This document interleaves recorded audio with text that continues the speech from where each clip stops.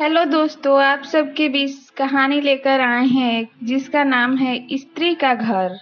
तुम्हें कितनी बार बताया है, मेरे तैयार होने से पहले मेरा नाश्ता हो जाना चाहिए। शादी के 25 सालों बाद भी मुझे क्यों बार बार एक ही बात बतानी पड़ती है लता? तुम्हें क्या है? तुम तो आराम से घर पर रहोगी, मुझे काम पर जाना पड़ता है। तुम हो कि हमेशा बेवकूफों जैसी हरकत करती हो। अगर तुम ये जानबूझकर करती हो तो याद रखना, मुझसे बुरा कोई नहीं होगा। आज भी प्रशांत का पहरा चढ़ा हुआ था। इन कटु शब्दों में अपना गुस्सा उतारते हुए, गीला तौलिया कुर्सी पर फेंकते हुए प्रशांत गुस्से से लता की तरफ देखने लगा। लता के लिए प्रशांत का बेवजह गुस्सा कोई नई बात नहीं थी। वह महीने में 3-4 बार ऐसे ही लता पर बरस पड़ता था। पहले पहले लता उसका विरोध किया करती थी, लेकिन जब कई सालों तक प्रशांत में कोई बदलाव नहीं दिखा, तो लता ने खुद को ही बदल लिया। अब प्रशांत के कुछ भी कहने से लता को कोई फर्क नहीं पड़ता था। प्रशांत की हर बात वो चुपचाप सिर नीचे झुकाए सुन लेती थी। शादी के पहले 5 साल तक लता ने पूरी कोशिश की थी कि प्रशांत को बदला जाए, लेकिन फालतू का गुस्सा करना और बाद में लता को भला बुरा कहना, यह मानो जैसे उसकी आदत बन गई थी। कोई भी वाद विवाद हो तो प्रशांत सीधा लता को बोल देता, अगर मैं तुम्हें अच्छा नहीं लगता तो क्यों नहीं चली जाती अपने मायके, क्यों रहती हो मेरे साथ? इतना सब कुछ होने के बावजूद लता प्रशांत के साथ थी, क्योंकि उसे अपनी बेटी की फिक्र थी। और वह जाती भी तो कहाँ, अपने बूढ़े हो चुके माँ बाप को इस उम्र में परेशान करना वह नहीं चाहती थी। समाज और लोग क्या कहेंगे, यह भी तो उसे देखना था। वह इतनी पढ़ी लिखी भी तो नहीं थी कि खुद जाकर कोई नौकरी कर सके और अपना और अपनी बेटी का पालन पोषण पोषण कर सके। लता को अब अपनी फिक्र नहीं थी, उसको फिक्र थी तो बस अपनी शादी लायक हो रही बेटी की। लता की नहीं चाहती थी कि पति पत्नी के झगड़े की वजह से काव्या डिस्टर्ब हो।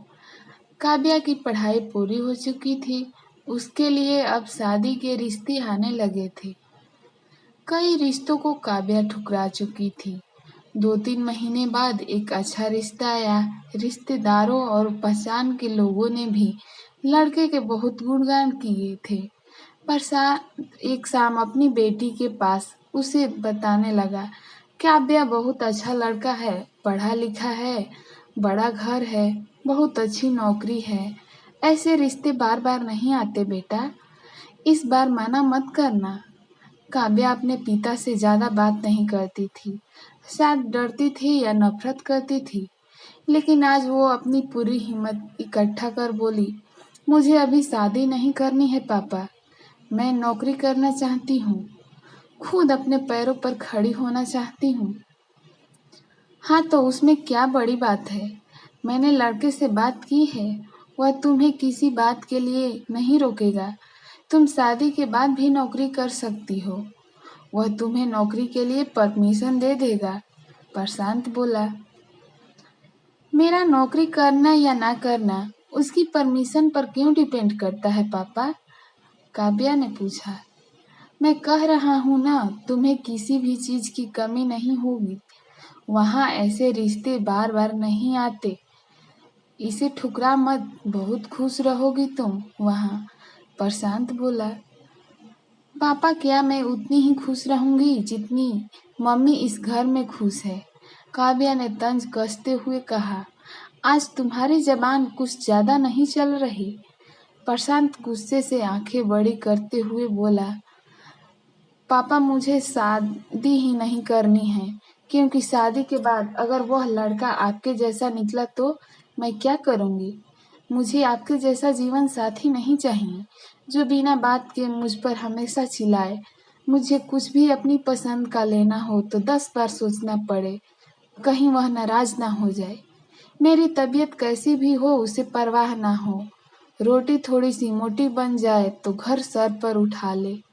उसकी चेक बुक ना मिले तो भी मेरा ही दोष निकाले और हर छोटी मोटी बात पर मुझे मायके जाने के लिए कहे।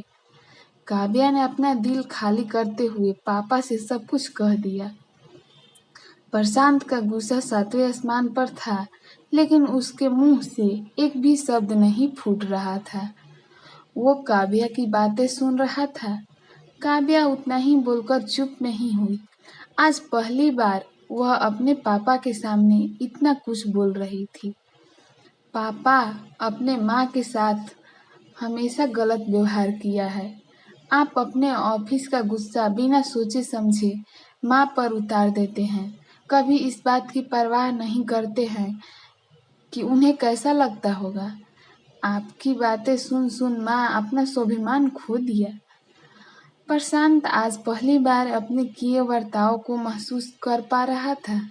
वो इतना ही बोल पाया, जो तुम्हारा मन है वो करो, मैं तो इतना ही बुरा हूं ना।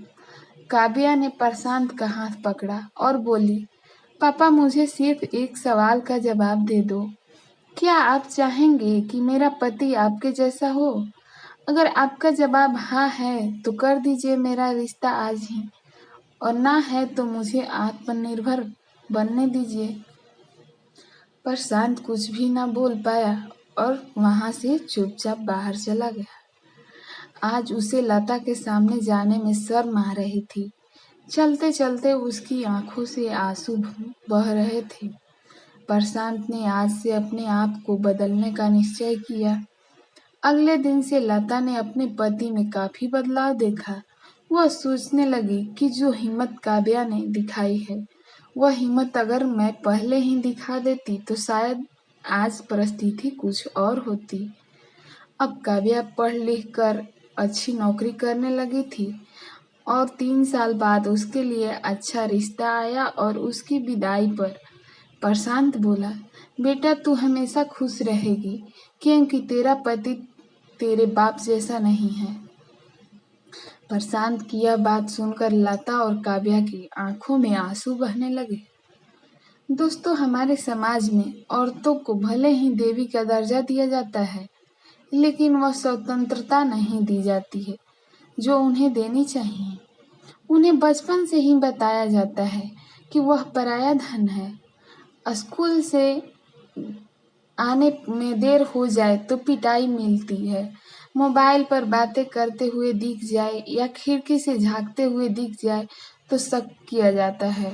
माँ बाप का घर तुम्हारा नहीं है, पति का घर ही तुम्हारा घर है। जीवन भर यह बातें बता बता कर उन्हें ससुराल भेज दिया जाता है और एक दिन किसी छोटे मोटे झगड़े में ससुराल वालों से उन्हें सुनना पड़ता है कि इस घर को छोड़ दो और मायके चली जाओ। अब आप ही बताओ दोस्तों, ऐसी स्त्रियों का सच्चा घर कौन सा? आखिर वह किस घर को अपना घर कहें? हमेशा की तरह पूरी कहानी पढ़ने के लिए आपको धन्यवाद दोस्तों। उम्मीद है यह कहानी आपके दिल छू गई हो। ऐसे ही सीधे दिल तक छूने वाली कहानियाँ पढ़ने के लिए आप हमारे YouTube चैनल को सब्सक्राइब करें दोस्तों।